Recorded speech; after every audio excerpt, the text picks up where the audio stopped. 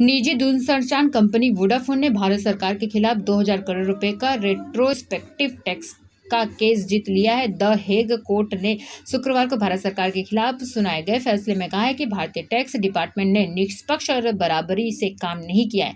Hague की अदालत में वोडाफोन की तरफ से डीएमडी पैरवी कर रही थी। भारत सरकार और वोडाफोन के बीच यह मामला 2000 करोड़ रुपए के रेट्रोस्पेक्टिव टैक्स को लेकर था। वोडाफोन और सरकार के बीच कोई सहमति न बन पाने के कारण 2016 में कंपनी ने इंटरनेशनल कोर्ट ऑफ जस्टिस का रुख लिया था, जहां आज उनके हक में फैसला आया है। 2007 में वोडाफोन ने हांगकांग के हसीचन ग्रुप के मालिक हसीचन हाम्पोआ के मोबाइल बिजनेस हसीचन एसार्स में 67% हिस्सेदारी $11 अरब में खरीदी थी। वोडाफोन ने यह हिस्सेदारी नीदरलैंड और कैमन आइलैंड स्थित अपनी कंपनी के लिए किया था। इस लीड पर भारत का इनकम टैक्स डिपार्टमेंट वोडाफोन से कैपिटल गेन टैक्स मांग रहा था। हालांकि जब कैपिटल गेन टैक्स चुकाने पर राजी हुआ तो रेट्रोस्पेक्टिव टैक्स की भी मांग की गई थी। यानी यह डील 2007 में हुई थी और इनकम टैक्स डिपार्टमेंट लगातार हितोंहोल्डिंग टैक्स की मांग कर रही थी। इसके बाद कंपनी ने 2012 में इस डिमांड के खिलाफ सुप्रीम कोर्ट में केस किया था।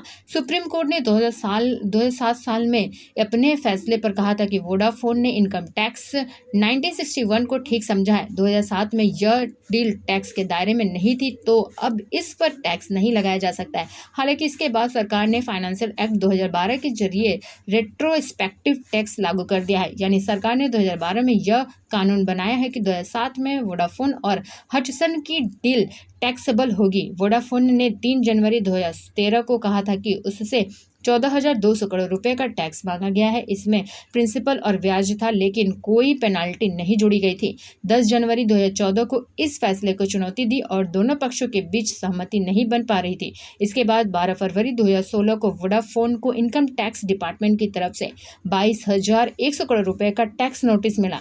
साथ ही यह धमकी दी गई कि अगर कंपनी टैक्स नहीं चुकाती है तो भारत में उनकी कंपनी जब्त कर ली जाएगी।